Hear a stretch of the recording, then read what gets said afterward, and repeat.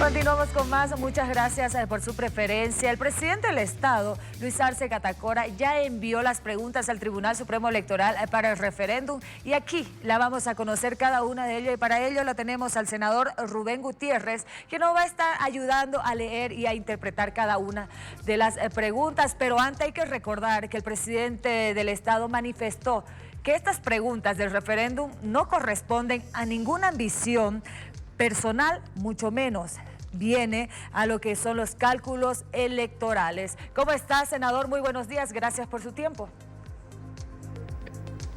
¿Qué tal? ¿Cómo está? Muchas gracias, muy buenos días, Gabriela. Un gusto saludar a todo el equipo de ATV.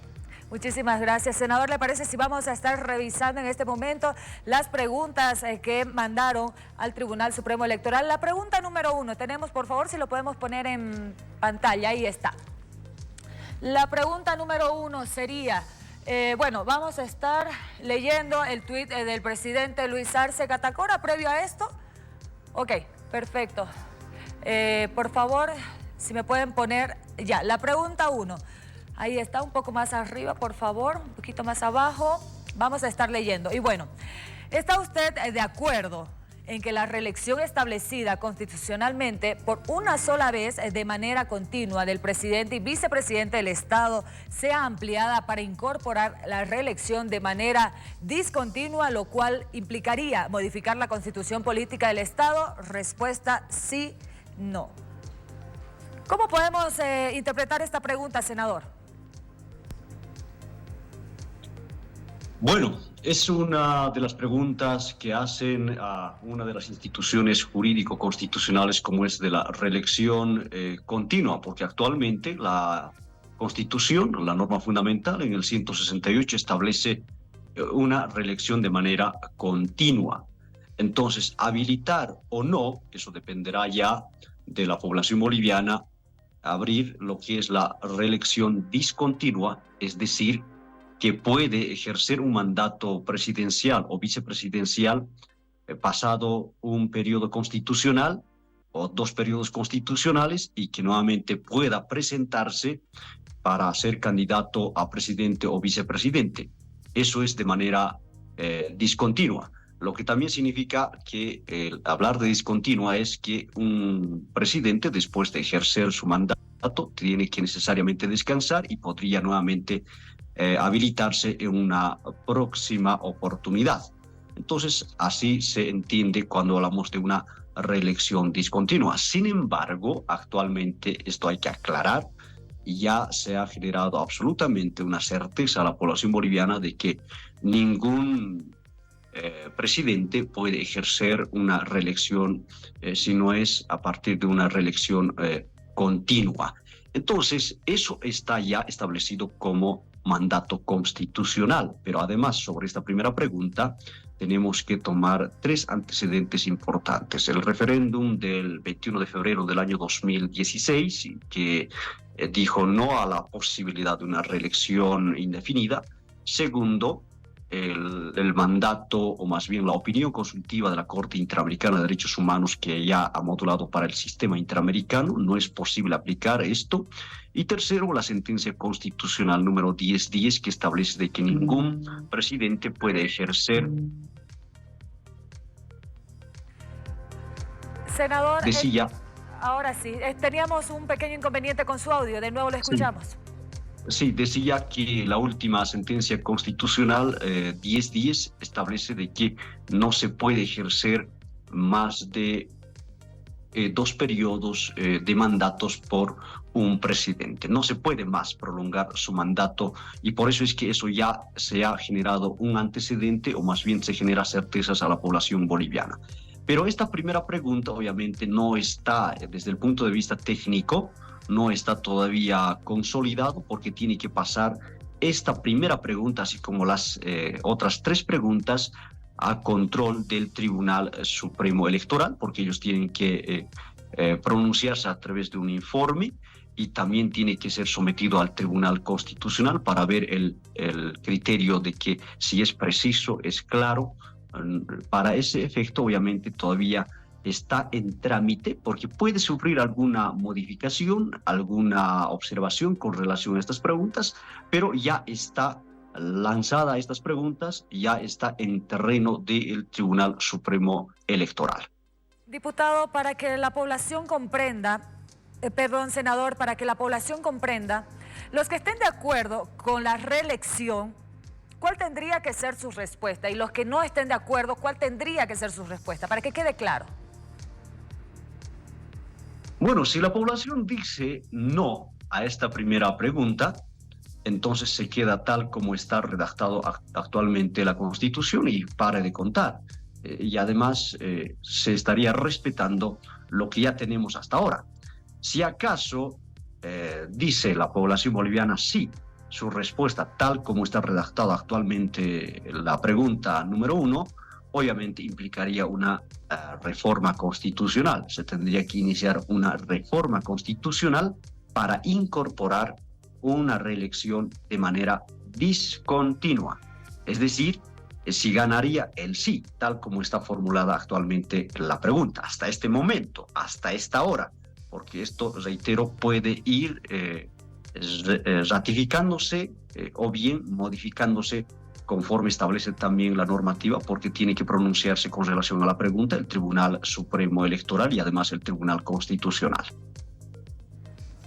Senador, perfecto, ya quedó completamente claro. Ahora vamos a proceder a la siguiente pregunta, por favor, si lo pueden poner para poder leer la segunda pregunta. Sería: ¿está usted de acuerdo con modificar el artículo 146, numeral 1 de la Constitución Política del Estado para incrementar el número de 130 diputados para que ningún departamento pierda su actual representación y que los departamentos con mayor población reciban un mayor número de diputados en función al resultado del Censo de Población y Vivienda 2024? Respuesta: sí, no.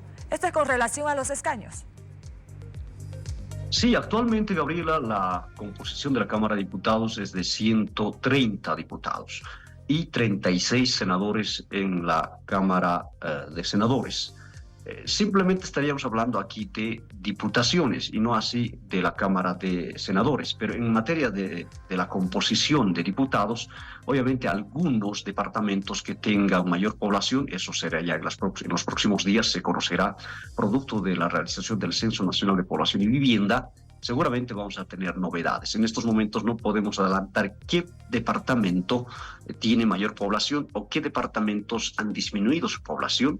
Lo cierto es que vamos a tener ese resultado. Y como resultado de este censo, necesariamente se tiene que hacer una redistribución de escaños. Ahí puede existir una recomposición en cuanto se refiere al número de parlamentarios en cada departamento, es decir, en los 9 departamentos.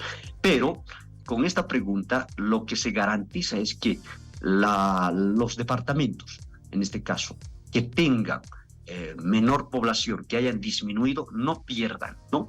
Es decir, no se le afecte en la distribución cuantitativa del número de diputados. Entonces, esa es una forma de poder viabilizar los resultados del Censo Nacional de Población y Vivienda. Pero sí, para aquellos departamentos que hayan aumentado su número de población, se podría incrementar de acuerdo siempre, hablando proporcionalmente, a los resultados del Censo Nacional de Población y Vivienda, que próximamente será conocido públicamente por el pueblo boliviano.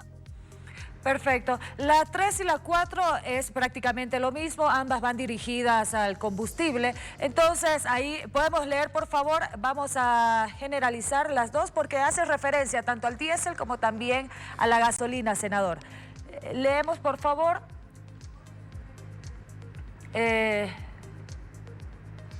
Podemos leer, por favor, la pregunta 3 o 4. Ahí está. ¿Está usted de acuerdo con modificar el artículo 146, el numeral 1 de la Constitución Política del Estado para incrementar el número? Esa es la pregunta 4. La 3 sería, acá está. ¿Está usted de acuerdo con mantener la subvención del combustible como actualmente se encuentra, pese al gran costo económico que significa para las bolivianas y bolivianos y que al tener un precio mucho más bajo que el internacional se genera contrabando, daño económico al Estado, escasez de dólares y desabastecimiento de combustible? Respuesta: sí, no.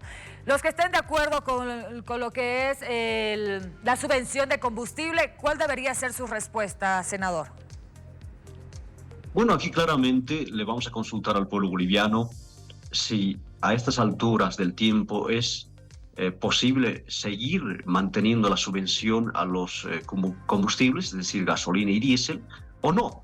Porque no olvidemos de que esto tiene que pronunciarse, son temas de interés público, interés general de la población boliviana, y hay algunos debates, inclusive algunos criterios de una confederación del transporte público, del transporte pesado, inclusive plantearon que se pueda levantar la subvención a los combustibles, es decir, al diésel y a la gasolina.